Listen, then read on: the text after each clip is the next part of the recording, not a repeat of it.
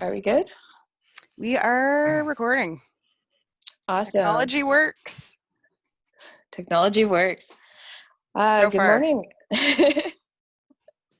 Okay, so good morning, everyone, and welcome to Effective World Building in Science Fiction and Fantasy. World building is one of the best parts of writing science fiction and fantasy, in my opinion, and one of the most memorable parts of a lot of our favorite stories when it's done effectively. It's a huge undertaking, though, and there are many parts available for you to tinker with: species, cultures, technologies, planets, magic systems, and sometimes it's hard to know what to spend your time and words on. So let's meet our panelists and talk about what goes into effective world building. Please introduce yourself with your name, what type of worlds you create, specifically like science fiction or fantasy, and maybe a word on subgenre if it's relevant to your world building, and your favorite part of world building. Which part do you personally enjoy most?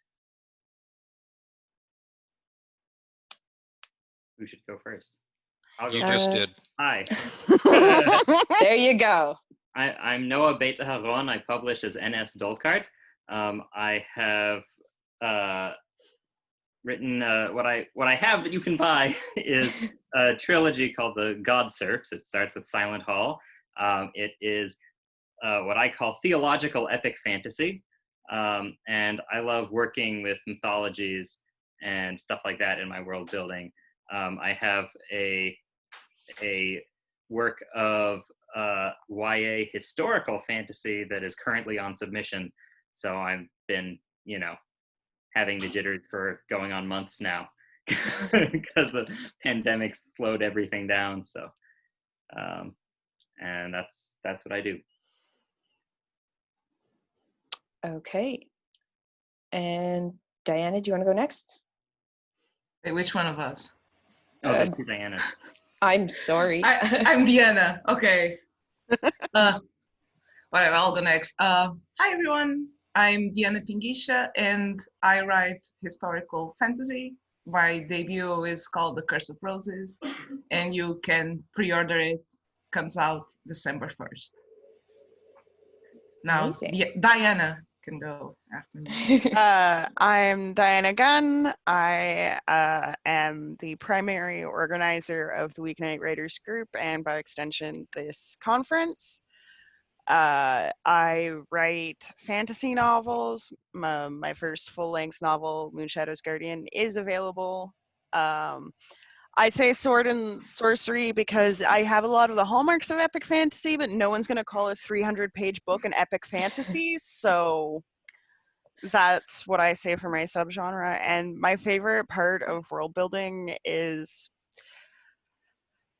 I like everything, but I really, really like building religions. Cool. I'm Steve Savage. I actually write on world building. I have a series called Way with Worlds that accidentally became my major sellers of my books. I also write Careers in Creativity. I returned to fiction a few years ago with my Avanoth series, which is techno fantasy. Take a very typical fantasy world, kick it ahead a few hundred years, watch the bombs drop, and then watch everyone try to cope with internet using gods, space travel, and nuclear weapons. So I like literally doing both, but the subgenre is what I like to call stability fiction. I'm fascinated by people in a challenging setting that keep everything running. So as opposed to heroically fighting against the forces of evil, it's like, let's nip those bastards in the bud early. The first book, A Bridge to the Quiet Planet, which is a road trip to a graveyard of gods, came out about 1.5 years ago, and I'm working on the sequel where the cast returns in A School of Many Futures, where they suddenly discover they're at a school full of chosen ones and something has backfired terribly. You can guess the inspiration.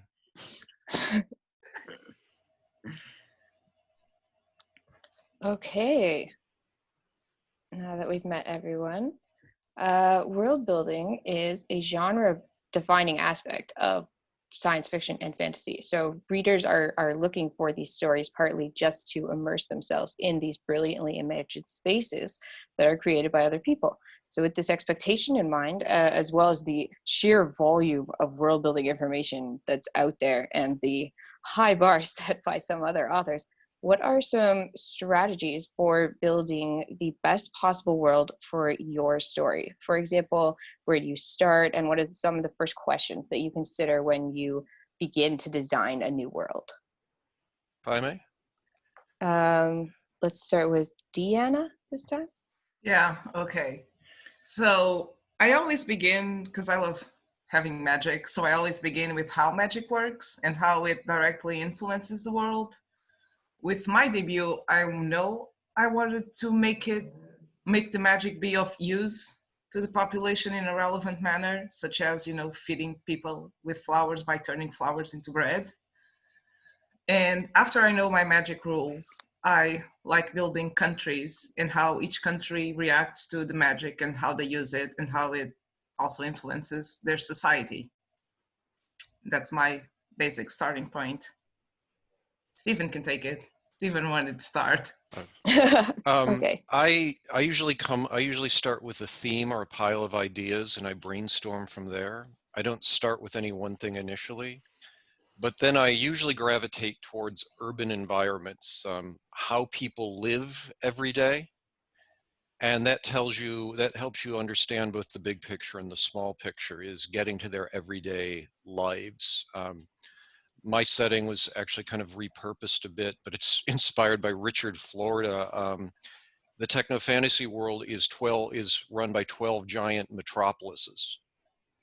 So that was played to my strengths. But I find, build the environment people live in to get an idea how your characters feel, and you'll know how to tell your story from having that, gut level feel. Okay, so you kind of look at the environment and then move to the people from there. Interesting. Who'd like to go next? Diana, this time? I haven't actually built a new world in a really long time. The story One world that you already built then. working with are, all things that I've been living with for a long time, the better part of my life at this point. The most recent time I did create new settings was when I was working, I did some work for tabletop RPGs. And so for me, that was what kind of place would I want to explore. And I do feel like, it's not the same when I'm doing a novel, because you don't explore the world in the same way you do when you're playing a game. But that really, to me, is the thing. Like, what do I want to explore? What would I like to experience that I can't experience in this world, like, which is probably why one of the first setting components I always come on to is dragons. But, We all love dragons. I own a bearded dragon, so I'm all for dragons. I don't trust the bastards. Excuse you, they're very cute and personable and like to cuddle up. Well, excuse me, in my setting, they're a giant lizard hive mind. If you have too many, they become intelligent and get ideas. Wait, so Well, if you only have one or two, they're not intelligent? The dragons in my setting are a hive mind, which is why at one point an evil kingdom tried to build a dragon internet. Okay. Noah, do you want to expand on the question? Yeah, so I tend to start from how do I want this world to feel? What are my themes in terms of do I want this to feel like a gritty urban type of thing? Do I want it to feel like so with my God Serfs trilogy, I wanted the world to feel like ancient mythologies would if they were real life. So when you read Near Eastern myths, when you read Greek myths, when you read Egyptian mythology, when you read the Torah, there's a certain feeling of the danger of gods, of how terrifyingly proximate they are to our world, how they can like do stuff at us and don't often explain themselves. And you know, people are just kind of like, you know, and then you have Greek mythology where gods are just like raping people for fun. And you know, there's all this, you know, we have a lot of fantasies that are based on mythologies of various sorts, but I felt like few of them really felt like just how scary that would be to live in a world like that where gods just mess with people. And so that's what I started with. I sort of I wrote a world that exists the way that people in the Bible exist, with this kind of fear of being stomped on and this need to appease gods that they don't understand. And then I worked everything out from there. I like You that. know what? This Asshole visceral. gods are one of my favorite tropes. So It can be worse when they're nice but not human because they don't get what you really need. Right. Okay. Anyone else have anything else to add to that, or no? Okay. Diversity and minority representation are increasingly reasons also that readers and writers are drawn to science fiction and fantasy. So, how do you address these in your works? That is, do you avoid copying stereotypical elements or reproducing other existing cultures in your own work? Let's have Stephen first this time.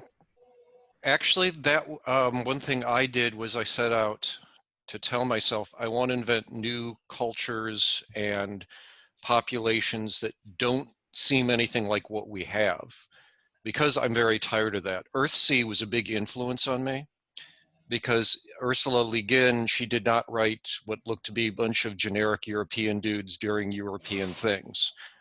And I want to really call out the impact a Wizard of Earthsea made on me. So what I did was I would review what I was designing over and over and check myself. But also I had some people I got feedback for. The other thing is, when you build a world right, everything else follows.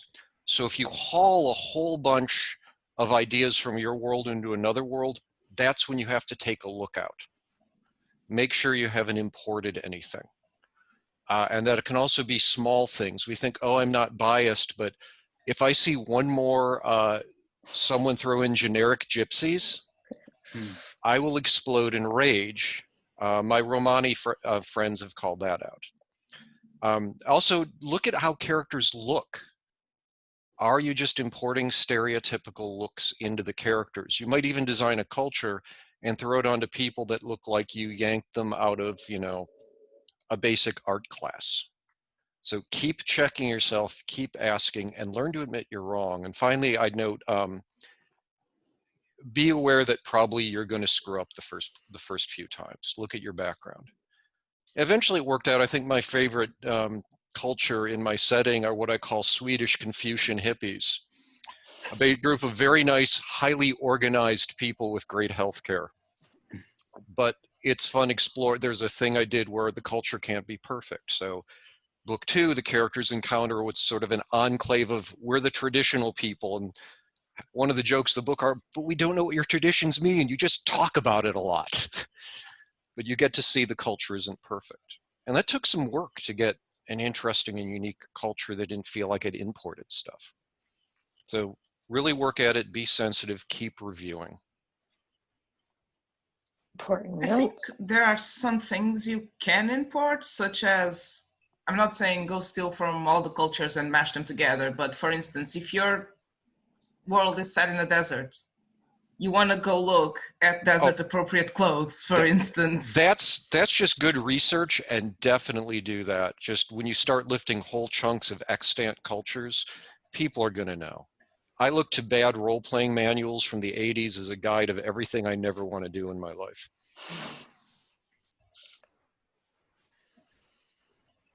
I think there's so there's a lot to be said for just knowing things. right? The part of the danger of importing stuff from the world is not really knowing anything about the stuff you're importing, right? That you're like, you're basing things not on knowledge of a culture, but on like the you know, the D&D version or the Wikipedia version. You know, you're not coming from a place of understanding. You're coming from a place of, well, that looked cool, let's have some of those. And that's, you know, that's a real issue often in fantasy, where people will be like, oh, it'll be just like, you know, feudal Japan. It's like, but you don't know anything about feudal Japan. Like, you're just putting, you know, giving people katanas and calling it Japan, when you know, if you want to be basing something on a thing that exists or existed, then it would behoove you to know something about the things as they existed, to know something about the daily life, the climate, how it, you know, and so on, to not just be, you know, doing these theatrical, you know, kind of whitewashes of things. You know,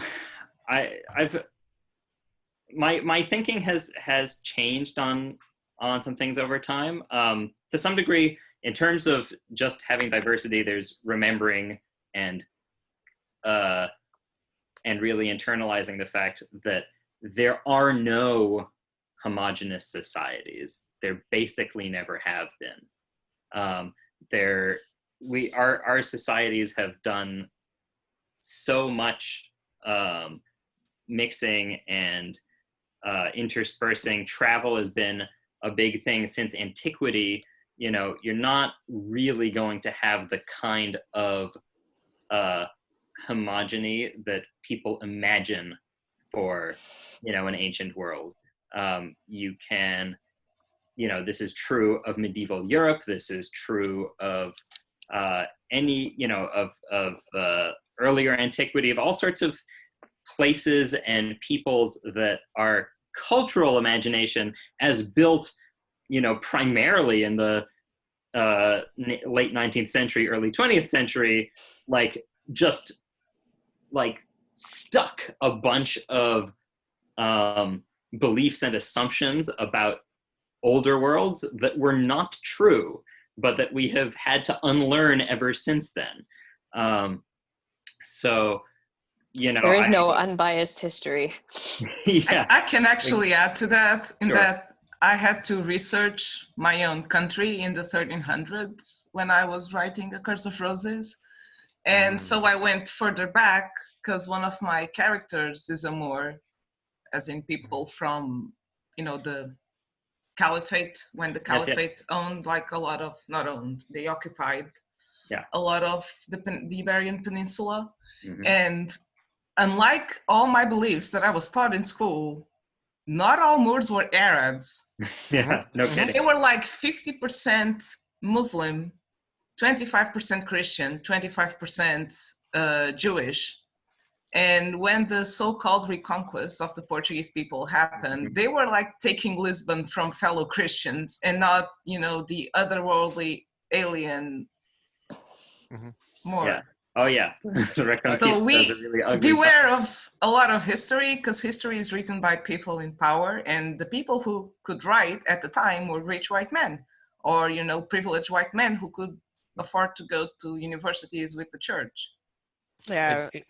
If I could add too, one thing that harms us, I've noticed, our media often portray, we want movies and TV shows with very clearly defined elements, but that's not reality.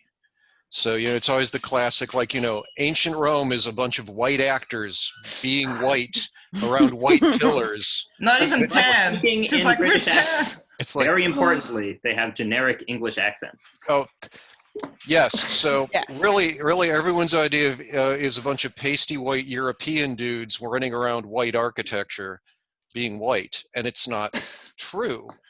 Like, I remember when people were like, there's evidence of Vikings reaching America. That's unheard of. I'm like, Columbus never even got here. There should be no surprise. Other people have come to America, and then everyone's acting like Europe discovered America, forgetting there were people here. We No all kidding. have these filters, and we have to remove them to be good world builders and not repeat what has gone into our heads carelessly. Yeah. So a big part of that for me was just making sure that your that sort of the diversity in your world is casual and normal. That it's not like, oh, no, I need some people who are like this in here. It's like, build yourself a world that looks like a world and expect there to be some, don't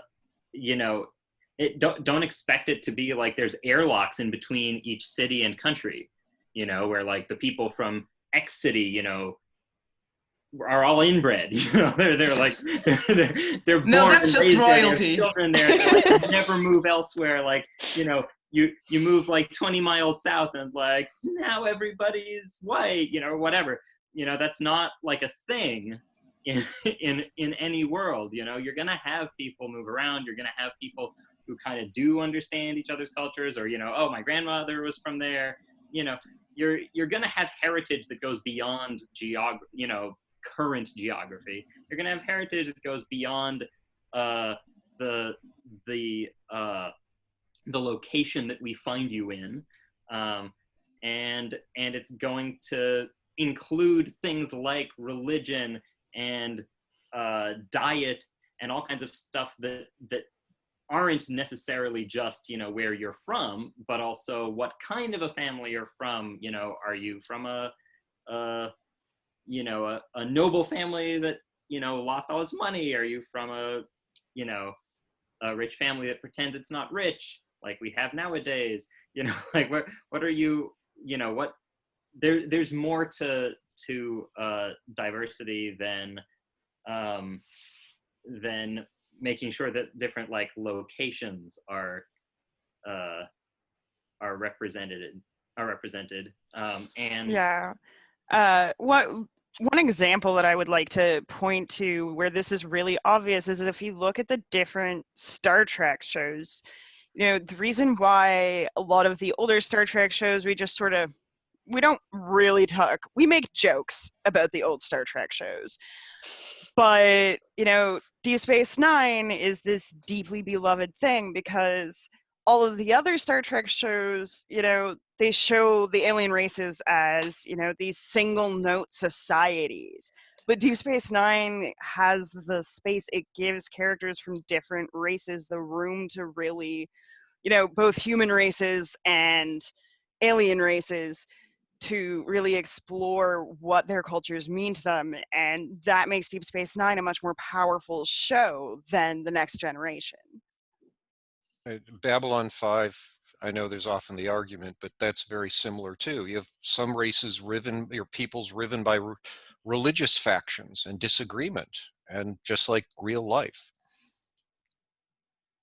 And I would also note that the airlock thing, humans, if you're writing humans, we're also xenophilic. So inevitably, there's more than one reason there's a lot of half-elves and people playing D&D. But remember too that for whatever boundaries people draw in your world, there are going to be plenty of people crossing them. Yeah. And unless people have really built good airlocks, people are going to go through the door. Yeah. And that is something to deal with in your setting too. On a bit of a side note, but just in terms of geographic diversity, one thing that always amuses me, I don't know if it really bugs me, but amuses me about Star Wars films, is that whole planets have exactly one ecosystem. You're like, everyone's like, let's go to that planet. And you show up and you're like, on that planet, as if like that planet is a 12-block radius or something. It's like, oh no, he's on Tatooine, well, I know where to go then. It's like Tatooine was the one I was thinking of. there's an Everyone goes ocean to the of same sand. location there. An entire globe. Just giant desert. Yeah, Well, the tourism thing, a hive of scum and villainy, that motto really didn't take either. They tried. They might have.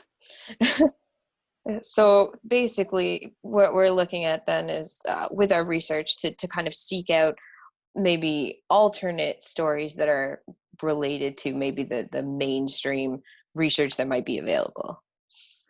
Yeah, but there's also a lot of relatively mainstream research. It's just that you have, that still supports these things. The thing is that it's like, especially when we come at history, historians, like actual historians writing, any time in the last decade or two, are in a very different place from where we think history is from our stories, right? So it's like you don't even have to like go delve into alternate, like little known people. You just need to find like people who've been working in the field that you're interested in, who've been writing something that was only published in the last 10 to 20 years.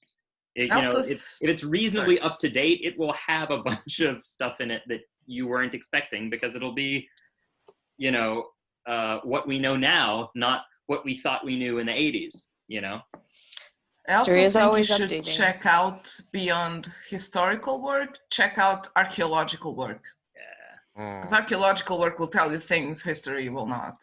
Oh, yeah. And when you pursue that stuff too, even if you just read it in general, it gets your brain thinking. So if you're always just reading up on cool and interesting cultural and archaeological stuff as a writer, that seeps into your way of thinking, and it helps you be better, learn more, and prevent mistakes. Absolutely. I'm really into leaning into the things you do know something about. When we're in fantasy and sci-fi, we still hear weird bits of advice like write what you know, and they don't mean anything to us because we're like, yeah, but I'm writing about dragons, right? But the fact is that when you do know a lot about some subject, right? For me, it's Jewish culture and the Tanakh. But for other people, it may be other things, right? If you're really into geology, like N.K. Jemisin, then you can really write stuff about the things you do know about that are very interesting, that you have a deeper understanding of the way the world of your particular niche works. Then you can understand how tweaking the variables will change things in the way that you would not otherwise be able to do, right? You won't be just like, I'm going to throw a bay over here, and In that same to work. Yeah, in that same vein, we can see how you can get lost in a lot of research here. So is it fair to say kind of focus on what you know already, or if there's something you really want to explore, how much is too much research, or is there too much research? I mean, I tend to go for the things that already interest me, right? So like I was already interested in a bunch of theological stuff, right? So I wasn't reading it for research. I was reading it because it was fascinating. And then later I was able to use it. You're always the fact is, you can't be expected as a writer to write a world that is as complex and realistic as the actual world we live in, because that's absurd. Nobody understands the complexities of the world we live in, let alone can invent entire new ones that work properly. But you have to be good enough at the details that matter to your story for you to be able to put on a plausible production, right? You can think of it as being like a play, and if your backdrops suck, then people will be noticing the backdrops instead of noticing the character interaction, right? If you have enough of a realistic touch, even if it's kind of an impressionist touch, as long as it fits together and, you know, doesn't have things that are just glaringly wrong or strange about it, then you're good to go. So I wouldn't say you have to dive into, you know, just because you want to write, you know, a story set in medieval China doesn't mean you need to spend like 6 years studying medieval China. But you are going to want to know a little something. so I wouldn't say slack on the research, but I'll give an example. So I wanted to write the YA historical fantasy that is on submission. Takes place in the Middle East in the year 1118, right? So I wrote the whole story. I mean, I knew a bunch of stuff. I did some research along the way and so on, but I wrote this whole story. One of the characters is an architect, and, you know, people come and are like, you know, we're sending you off to this war to, you know, build siege engines and so on. And then after the draft was done, I did some more research. I kept reading because I was like, it's, you know, we're going to have plenty of time before anybody gets back to me, so I may as well read a little more. And I was reading a work of history that is based on the documents from the Cairo Geniza, which people may or may not be aware of. There were in Jewish culture, things that have the name of God on them are not destroyed. You can bury them like you would bury a person. But it's like, it's common for books to be buried rather than, you know, recycled or burnt or whatever. So especially in ancient writings. So there was a Geniza is like a place where you bury the books. But there was all this, I mean, it's basically like a junk pile full of books that was discovered at some point near Cairo that just has a bunch of stuff, you know, like receipts and contracts and leases. And so I'm reading stuff about it, and I'm like, oh, here I've got this, you know, architect, and he's being sent off. And I was like, whoa, but I randomly put him in a single family home. And what you actually had were these giant, like, apartment buildings with a courtyard in the middle that, you know, might house 8 different families, and you know, there's complex leases, and people are renting them out to each other, and there's a lot more, you know, there's a lot more diversity. There isn't even just like a Jewish quarter and a Christian quarter and so on of Cairo. There's like, you know, people are writing letters to each other and being like, yes, I can, you know, I know an apartment that you could rent when you come here. You know, you can sublet it from so and so. The upstairs neighbors are a pair of Christian ladies, but they're very quiet. Like a couple of Christian ladies together alone in a room. I wonder what's happening. So it's, they're definitely just, you know, so I was like, Christian ladies. whoa, I'm going to have to, you know, when I have the chance to work on it, I'm going to have to rewrite the kind of living situation they have, which will make the whole thing more interesting. Yeah. And it's, you know, it's not going to be the work of more than a day or two to fit the architecture to the story, but it makes it really worthwhile, because from generic house, I'm going to have a really like interesting detail, right, that will sort of immerse you more in the world. I think the key thing is not so much that you have the expertise, but that you have the interest. Yeah. And also that you know how much you want to know, because, you know, if you're writing actual historical fantasy, well, there's a certain bar there. But if you're writing fantasy, well, how close do you want it to be to history? How rooted, like, how closely do you want to base the cultures that you're creating on real cultures? You know, and depending on how close you want to be, if you want it to read almost like a historical fantasy that's just sort of like, you know, an age that's distinctly not Earth, but is very similar, then you're going to have to do more research. If you're creating a very different world and you want to create something unique, yes, it's good to know more things, but you don't have to get down and dig into individual cultures in the same way. You can have more of a broad knowledge rather than needing to know the specifics of how people rented homes in Cairo in this era. Right. If I could, a thing I often advise people in world building is, when in doubt of what you need to know, develop everything you need to tell your story and then add 10%. You have the extra things around the edge that may come up, but also enough of a foundation that when you go, oh, I don't know this thing, you can extrapolate and add a little more. You can overdo things or underdo things. That's why I use enough to tell the story, but 10% as a guide when you're unsure. Yeah. It's a gut feel, but it works. Deanna, did you want to add any more about the archaeological research? The archaeological research was the reason I found not all Moors were Muslim.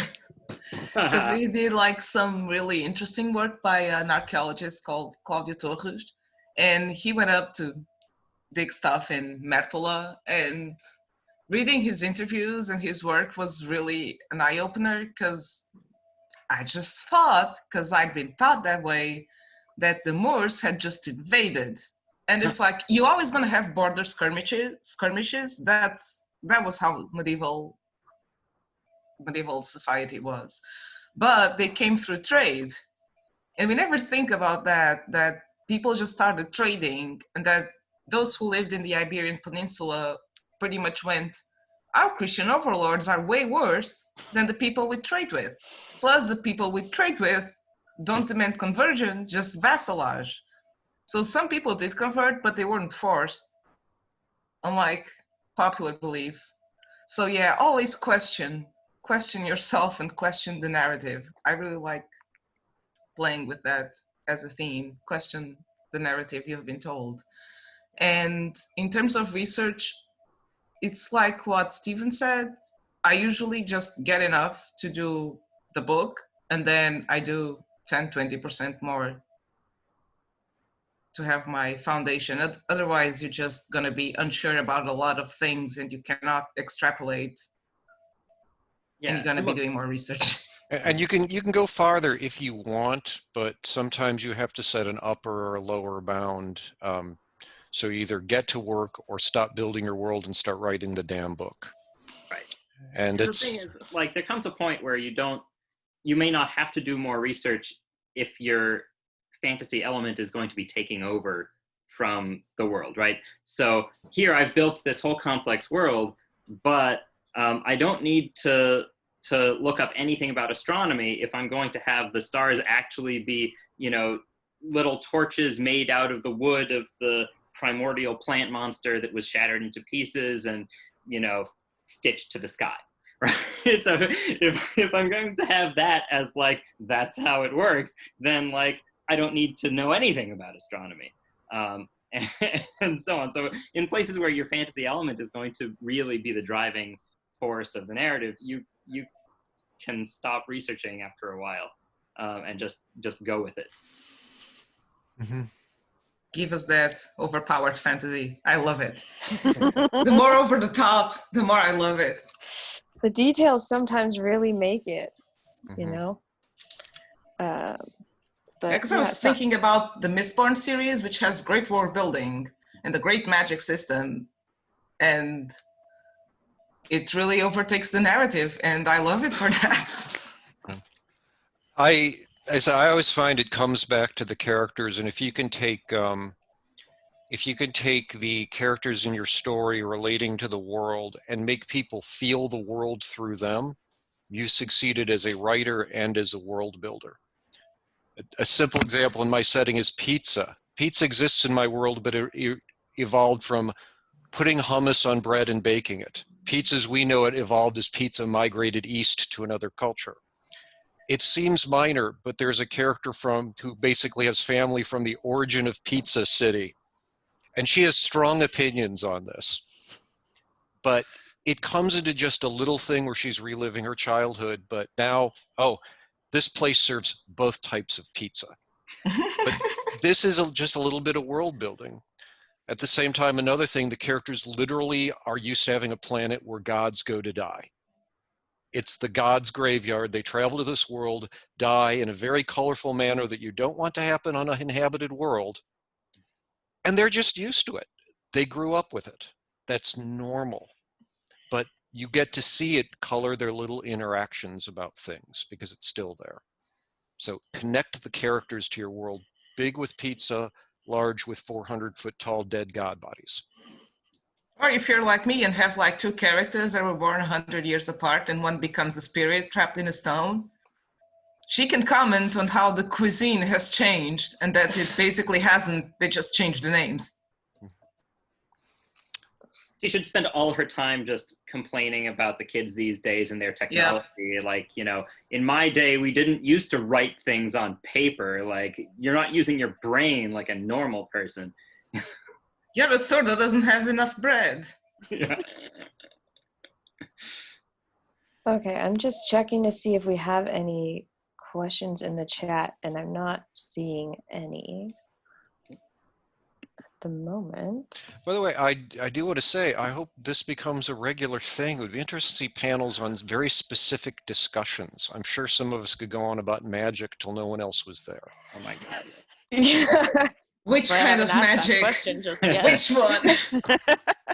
I have very strong opinions about magic systems, mostly if it sounds like it was meant for a role-playing game and you're not writing one, please stop. Well, since I don't see it's any wildly, questions yeah. at the moment, sorry, do we want to talk about magic systems for a moment? Sure. Because if we're going to go into game design, because that's one thing, because I did game design in college, that's one thing I Oh, learned boy. is that writing for games and writing for novels, wildly different. Don't even, unless you're doing a visual novel, don't compare. Is the world building different? Yeah, it's completely different. First of all, you need math for it. Like, how do you figure out how a fireball hits? You need to calculate a lot of range. You need to get those magic rules down if you're designing a video game.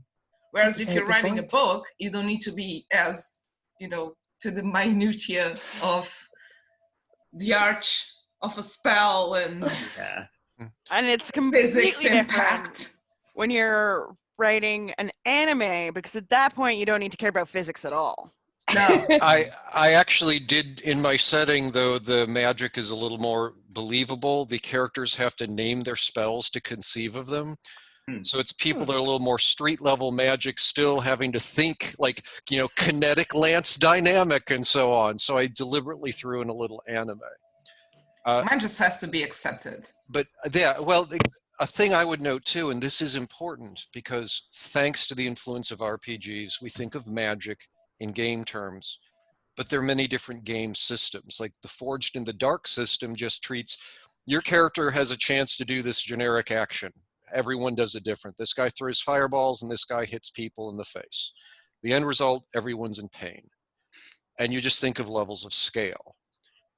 So when you do magic systems, I think you have to think what you need to know for it, but also, again, what's it like for the characters? Magic is not, magic like technology changes the setting, and your first thing should be asking, what does it mean for my characters and my people?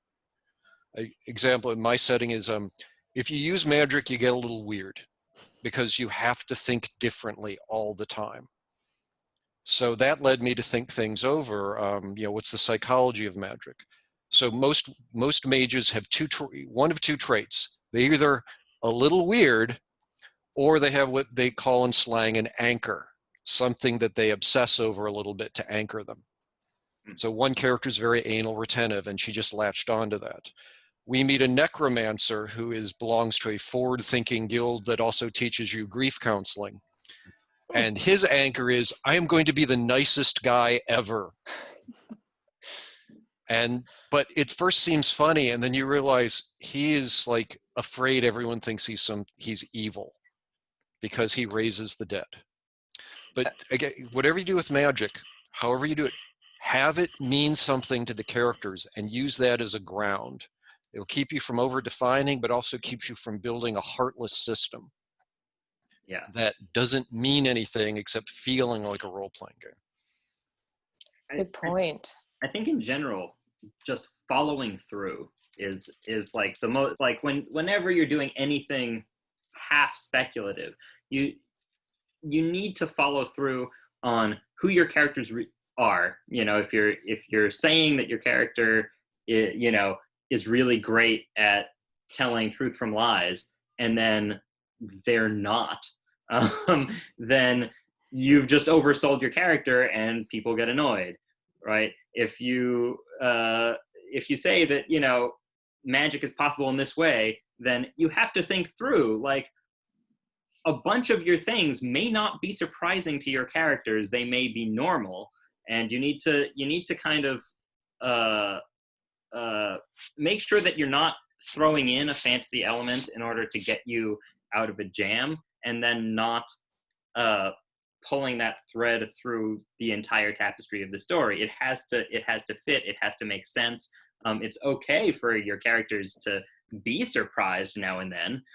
We're surprised all the time in the world by how things really work, but you can't just be like, oh, I thought the rules were one way, but that's not convenient for me anymore. Now they're another way.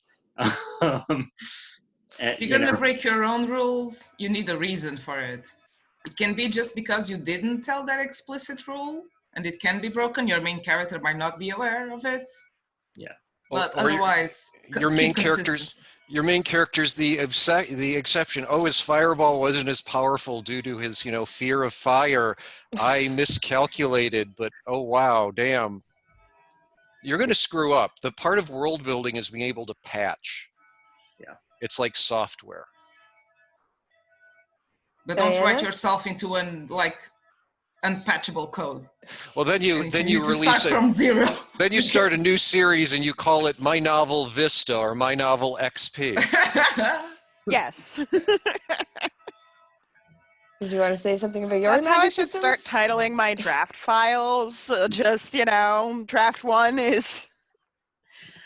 I mean, for me, it's really... Like, I don't like to spend too much time on the details of the systems. So to me, what I find interesting is just... is having magic change over time. And, you know, like technology has, and, you know, it's both magic is used for certain innovations that technology would be used for. You know, in my world, there are communication mirrors that allow you to communicate over great distances, but also magic has changed over time. Unfortunately, magic doesn't, you know, keep advancing like technology does.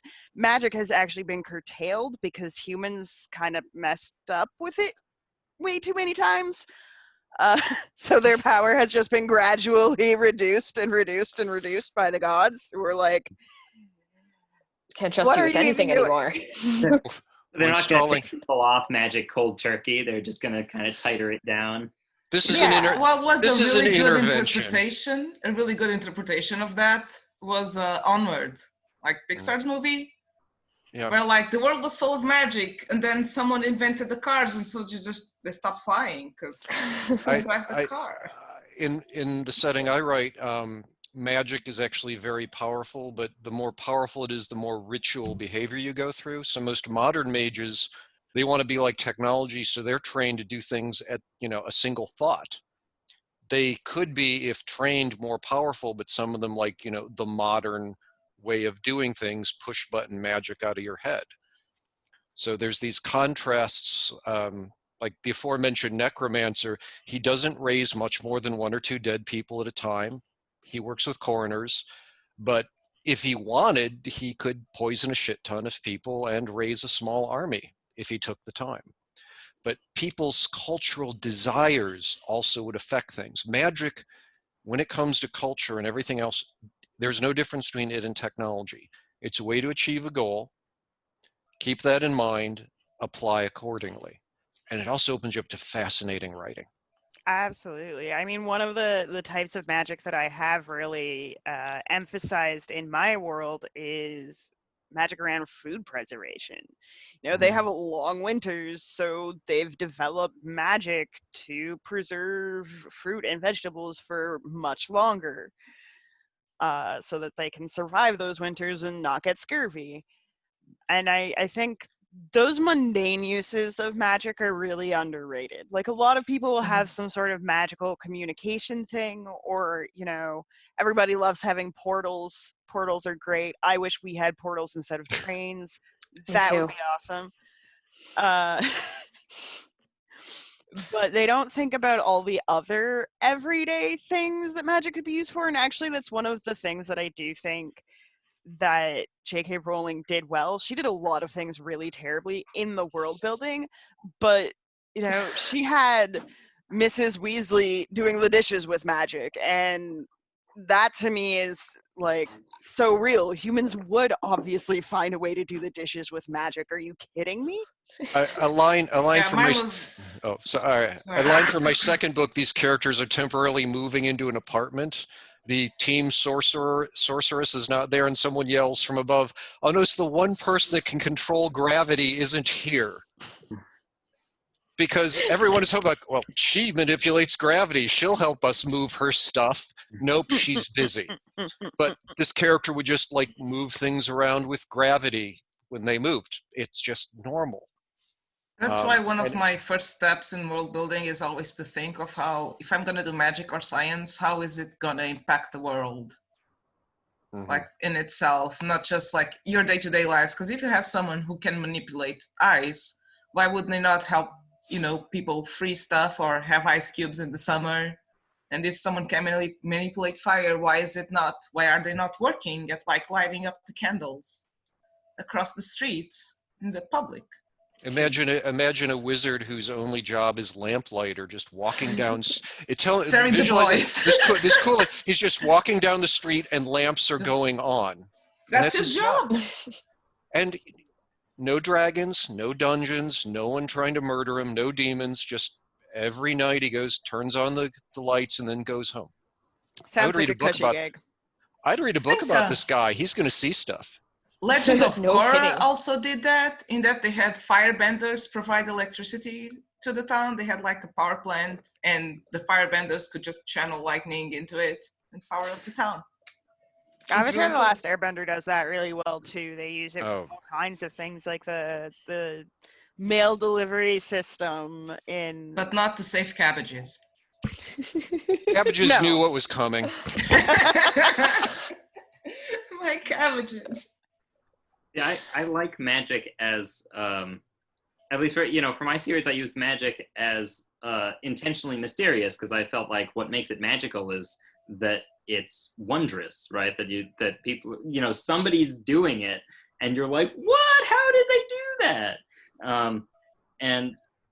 But I related it to magical practices of various sorts for people who do believe in and use sort of sympathetic magic. I said, okay, so what makes it work? Why?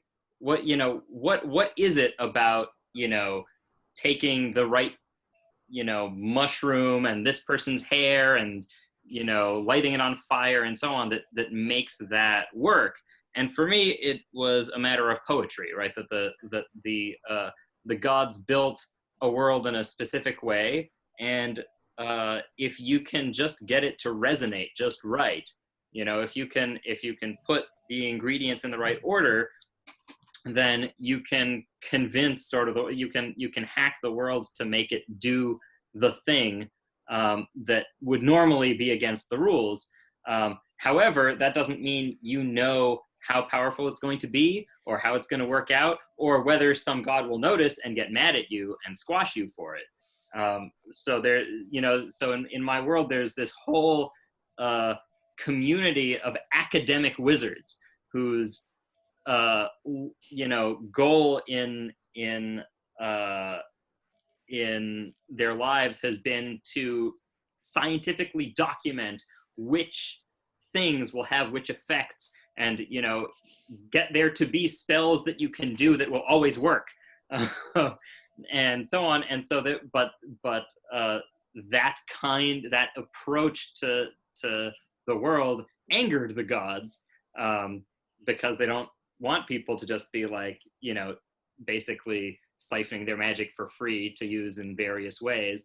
And so they went after that community, right? So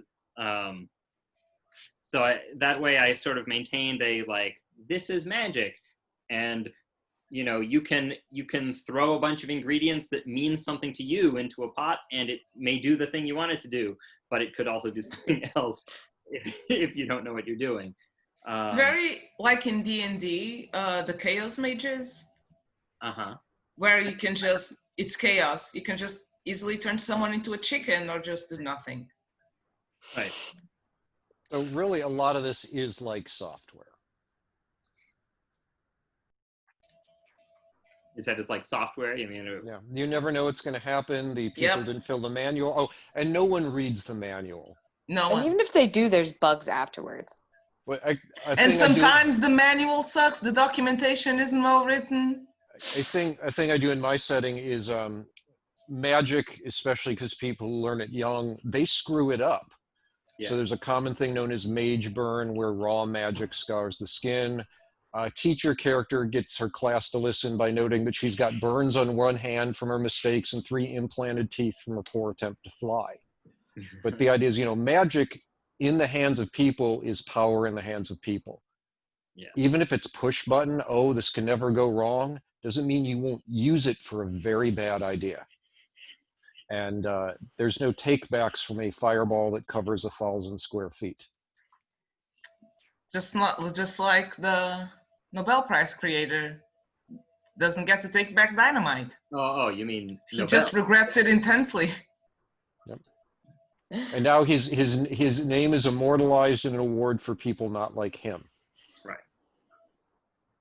I mean, think of all the scientists who feel that way about their discoveries who've said that, the people who worked on the Manhattan Project, people who created these ideas and then were told, oh, by the way, we're now weaponizing your idea. You can either help or you can, go into a corner and be quiet about it because we're doing it. Your invention is ours now and we're going to use it to harm people. I want to read a story about guys that invent a really awesome spell and the chase to get it back from the government. Yes. All the bureaucracy. I did like one thing I liked about the craft sequence was, if you've read this, it's sort of magic that involves almost like legalistic ways of warping reality. The founder of magic in the world, it's noted, when he first tried it, basically created an entire desert by mistake. And I love that, oh, I've got godlike powers. Oops, I'll be over here. Yeah, that's a bit of an extreme example of what can happen there. I think we're kind of hitting near the end of our time, but with magic systems, especially in world building, we get all kinds of complicated things going on. And maybe we want to close with each of you tell us maybe your favorite way of keeping track of all of this. Steven, do you want to go first? Oh, you got that? Already show mine. I have this. Okay. I keep a notebook, and one of the things that I needed to do was keep track of what kind of food turned into flowers. So, still here. I was influenced by way back in the 80s, so you can get an idea of how that's going. There was a big fandom for the series ElfQuest, and they would create, their own parts of the setting because it was a whole world. So everyone would like their own little tribe. And people had really good profiles and details, so I learned from that. I have a character profile I write things down in, and I keep notes, and then I write them up like blog posts. Sometimes I blog them, and then I put them into a book. It's just building it up over time, but write your notes down as if someone else had to read them. Because otherwise you're looking at quotes like, why the chicken? And you can't remember what you meant. And I always keep it in an electronic document I back up. And a thing I actually did was I took all my notes and released a free world book on my setting, and that challenged me to think about, would this make sense to other people? But write as if someone else is going to read it, because when you pick those notes back up, you will be a different person. Good advice. Noah and then Diana? I was just going to say, do your own show, or your own like Bible for a TV show. That's never going to happen. But that's a good way to keep track. What's funny is I don't. Oh, yeah. I don't take notes. I don't. You know what I do is I write multiple drafts, because I know that by the time I get even halfway through the first draft of a book, I will have wanted to have changed who the characters are. And so then I go and I do, right? I go back and I'm like, okay, you know, so-and-so is no longer, you know, quick to anger. They're now very calm and they analyze things, you know, as they need to. So the thing is, you know, Those two Christian ladies are lesbians. Let's just get over it. You've Yeah. decided. You know, exactly. It is on par with history. Yeah. With the real history. But that's the thing is like I revise as I go. So when I get to the end, then I read it over and I'm like, haha, that's funny because, you know, by the end of this book, this character was not like this at all. So then I rewrite the beginning so that it will match the end and so on and so forth because I admire people who write like a whole profile and then like stick with it somehow because I don't do that. By the time I'm done, I realize that I want my characters to be other people or capable of other things or have different attitudes about certain things, and so then I just go and I change it. So, you know, the important thing is just to be able to read aloud. I read aloud, but to read through your book and make sure it makes sense when, you know, before you submit it anywhere. but I don't keep like notes or anything like that. I the few times that I've outlined books in advance, I've always ignored those outlines with it. You know, I had this notion, the book that I'm writing now is based on the first novel I ever finished a draft of. And I split it in two because the first one had, you know, intertwining narratives and whatever. And I was like, I'm just going to take half this narrative and write that story. And I was like, this is great because I already have an outline of like what this story is like, and I just need to fill in all the gaps that are left over from the non-existence of the other half. And then I departed from that outline in the first page. You know, Nice. so it's just like, you know, it's not worth it for me to put that kind of thought into planning things out ahead of time. It makes more sense for me to make sure that it all works retroactively.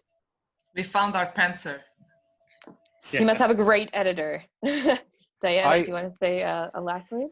Yeah, so for years and years and years, I did all of my world building and character development stuff on paper. I really enjoy writing that kind of stuff by hand, and I have binders and binders full of notes. The problem with that is that it's Searchable. frustrating to back up. For sure. And so a couple years ago, I started slowly but surely typing up all of those notes into a bunch of different Word documents. I have them organized into a set of folders so that I could, you know, have an electronic copy and also have a copy on the cloud in case, God forbid, my house burns down.